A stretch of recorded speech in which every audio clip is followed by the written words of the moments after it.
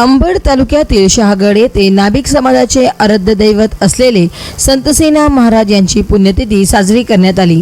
पुण्यतिथी निमित्त शहागड येथील नाभिक समाजाचे संतसेना महाराज भक्त युवराज गोरे यांनी महाप्रसादाचे व महापूजेचे आयोजन केले होते।